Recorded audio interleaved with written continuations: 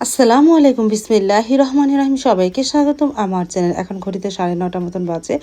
আমি 9টা বাজে ঘুম থেকে উঠে এগুলো সব ধোয়া পাকলা করেছি, কারণ আজকে আমার হেল্পিং হ্যান্ড মানে আমার ভাবি যে ভাবি কাজে সাহায্য করে সে অনেকটাই অসুস্থ, সে আসেনি। জ্বর ঠান্ডা লেগেছে, সে আসেনি, এই জন্য সকালে উঠে সব কিছু ধোয়া পাকলা করার পরে আটা সানিয়ে নিয়েছি। তারপরে রুটি বানাচ্ছি। গরুর গোস্ত ঝোল ছিল, সেই ঝোল দিয়ে রুটি দিয়ে খাবে। তারপরে তো মাকে আর সাইদুল বাবাকে দিলাম, তারা নাস্তা খেয়ে নিল। মাকে দিলাম ডিম পোচ করে, আর সাইদুলের বাবা ঝোল দিয়ে খেয়ে নিতেছে সকালের নাস্তা রুটি দিয়ে।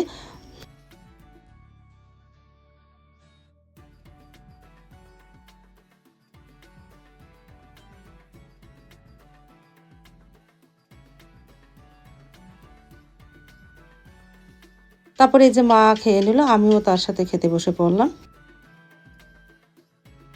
সকালে নাস্তা খাওয়ার পর সাবা উঠেছে, উঠে ঘরগুলো গুছাচ্ছে, গুছিয়ে ঘর ঝাড়ু দিবে। আর আমি এই ফাঁকে কাপড় চোপড়গুলো ধুয়ে রোদ্রে দিই। ধোয়া হচ্ছে না কারণ ভাবি তো নাই। তারপরে এই যে সাবা ঘর ঝাড়ু দিতেছে, আর আমার কাপড় চোপড় ধোয়া হয়ে গেছে, বাইরে রোদ্রে দিয়ে আসলাম। এখন সাবা ঘর ঝাড়ু দেওয়া হলে আমি ঘরগুলো মুছে নিব।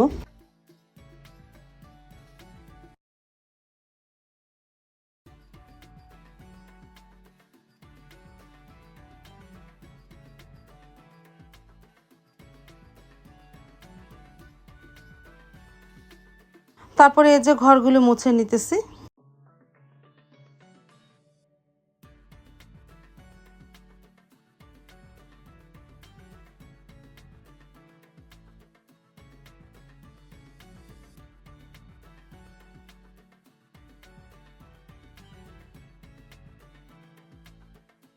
নিচতলা ঘর ঝাড়ু দিয়ে মোছা হয়ে গেল, এখন দোতলায় চলে আসলাম। এগুলো গুছিয়ে নিয়ে মেহমান আসার পরও তো দোতলায় সবাই শুয়েছে, তারপরে এগুলো গুছানো হয়নি। চলে যাওয়ার পরে এখন সব কিছু গুছিয়ে নিই।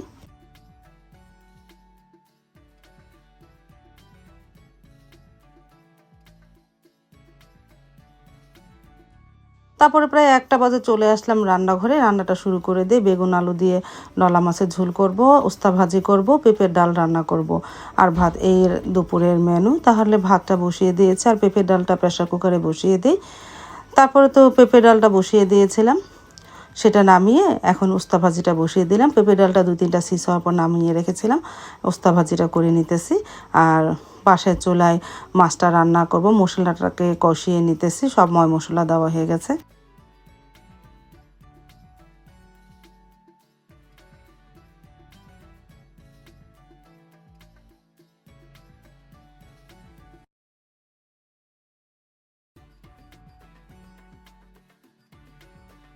উস্তা ভাজিটা তো হয়ে গেল, এখন পেঁপে ডালটা বাগার দিব।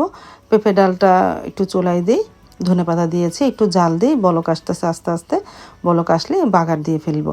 আর পাশের চুলায় নলা মাছের ঝোলটাও রান্না করতেছি বেগুন আলু দিয়ে, নলা মাছটাও দিয়ে দিয়েছিলাম। এই যে দেখো।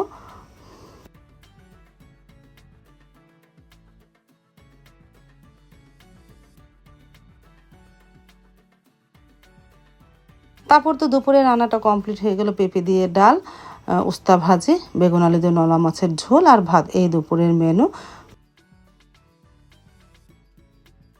তারপর তো সাইদুল বাবা দোকান থেকে চলে আসলো, আসার পরে সাইদুল বাবা মা খেতে বসে পড়লো।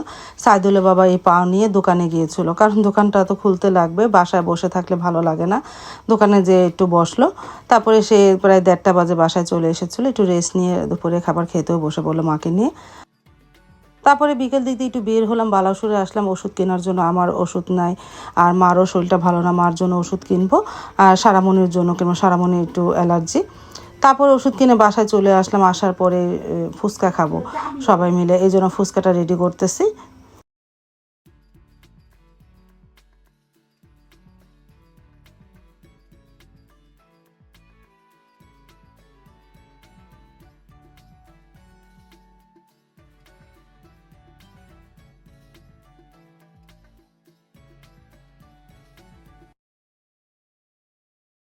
আর এদিকে ফুচকাটাও ভেজে নিলাম, ঘুগনিটা তৈরি হলো, এখন ফুচকাটা ভেজে নিই।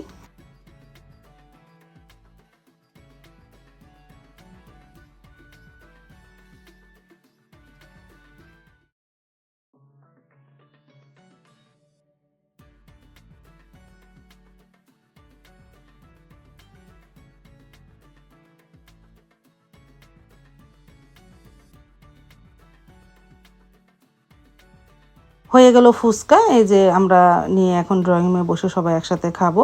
টক বানিয়েছি, টকটা মাশাল্লাহ মাশাল্লাহ আলহামদুলিল্লাহ অনেক মজা হয়েছিল। চলে আসলাম ড্রয়িং রুমে, এখন আমরা সবাই বসে খেয়ে নিলাম ফুচকা, বিসমিল্লাহ বলে শুরু করেছিলাম। অনেক মজা হয়ে গেছিল ফুচকা, এই ফুচকাগুলো অনেকটাই বড় থাকে, ভালোই লাগে খেতে।